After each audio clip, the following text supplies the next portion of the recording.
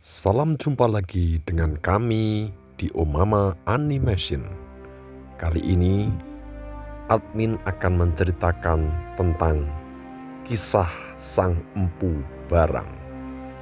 Dalam kitab Tantu Panggelaran dikisahkan adalah seorang Brahmana penganut Tantra Bhairawa bernama Empu Barang. Pada suatu malam dia melewati daerah pemakaman umum di wilayah kerajaan Daha. Dia melihat banyak sekali tumpukan mayat-mayat yang belum dikremasi, karena pada waktu itu ada larangan dari sang raja agar tidak mengkremasi mayat. Dan mayat-mayat itu pun hanya dibiarkan bertumpuk-tumpuk, tidak dikubur dan juga tidak dikremasi. Tiba-tiba dia mendengar suara jeritan-jeritan para manusia yang mati belum sempurna. Dia merasa sedih, hatinya tergerak untuk menolong mereka agar terbebas dari siksaannya. Sebagai seorang penganut aliran Tantra Bhairawa, maka Empu Barang segera berdoa memanggil Sang Betari Durga. Tak berapa lama, Sang Betari Durga pun datang menemui Empu Barang dan memberikan petunjuk bahwa jika Empu Barang ingin membebaskan para manusia yang mati belum disempurnakan tersebut, maka Empu Barang harus memakan mayat-mayat mereka. Empu Barang sangat terkejut. Dia berkata kepada Sang Betari Durga bahwa mana mungkin dirinya sanggup memakan begitu banyak mayat yang bertumpuk-tumpuk.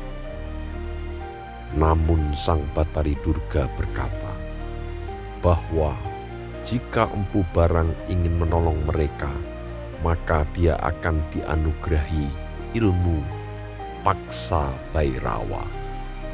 Dan dengan ilmu itu, maka Empu Barang akan bebas memakan semua mayat yang ada tanpa merasa kenyang. Akhirnya Empu Barang pun bersedia dan dia pun dianugerahi ilmu Paksa Bhairawa. Setelah Betari Durga pergi, Empu Barang pun segera memakan mayat-mayat yang bertumpuk itu satu persatu.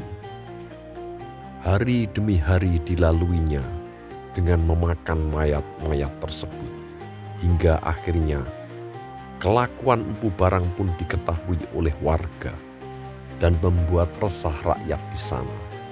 Akhirnya rakyat pun melaporkan perilaku Empu Barang kepada Sang Maharaja Taki di Medang Kamulan.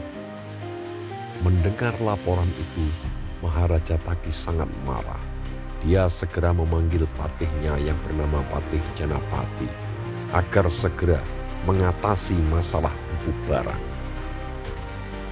Patih Janapati segera berangkat untuk menemui Empu Barang. Di sana dia berkata kepada Empu Barang agar segera pergi meninggalkan kerajaan Daha. Empu Barang pun mengiyakan. Setelah itu, Patih Janapati kembali lagi ke Medang Kamulan. Namun, beberapa bulan kemudian dia mendengar bahwa Empu Barang masih melakukan praktek memakan mayat. Patih Janapati pun marah. Dia segera mengutus 2 orang pendekar yang bernama Empu Tapawangkeng dan Empu Tapapelet untuk membunuh Empu Barang. 2 pembunuh bayaran tersebut segera berangkat menemui Sang Empu Barang. Mereka menggunakan cara licik, yaitu dengan menyembah dulu Sang Empu dan kemudian mengikatnya dan membawa korbannya dibuang ke dalam lautan. Namun apa daya, keesokan harinya Sang Empu Barang muncul lagi di pertapaannya dalam keadaan sehat walafiat. Marahlah 2 pendekar tersebut. Kali ini mereka segera mendatangi Empu Barang dan memukulinya hingga mati. Kemudian mayatnya dibakar, dan setelah itu mayatnya diceburkan kembali ke dalam lautan. Tetapi keesokan harinya mereka melihat Empu Barang sudah duduk lagi di pertapaannya dalam keadaan segar bugar. Semakin marahlah dua orang pembunuh tersebut.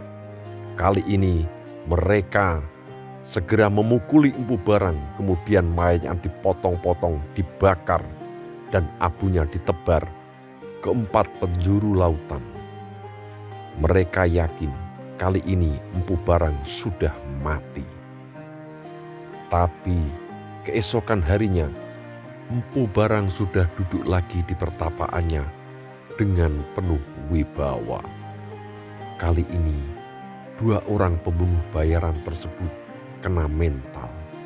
Mereka pun menyembah Empu Barang, memohon ampun, dan meminta dijadikan murid.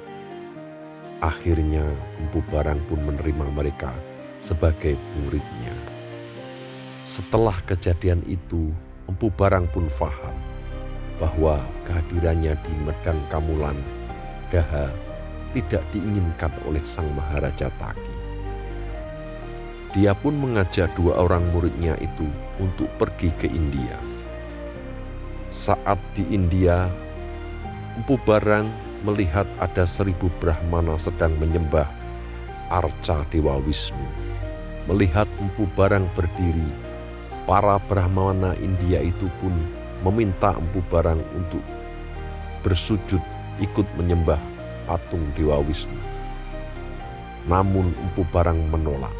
Dia berkata bahwa saya adalah Brahmana Jawa, tidak perlu patung untuk beribadah.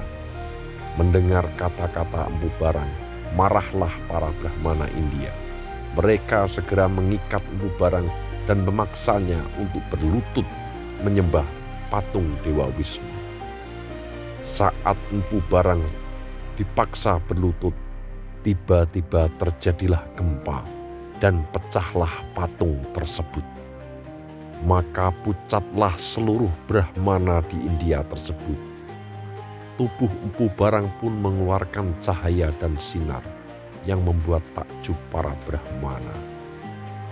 Para Brahmana India itu pun sekarang memuja Empu Barang, termasuk Sang Raja India. Saat mereka mempersembahkan harta kepada Empu Barang pun menolaknya. Dia memilih ditukar dengan tanda kasta atau basmi. Maka sejak saat itu Empu Barang resmi memakai tanda kasta Ratna Dwada dari India.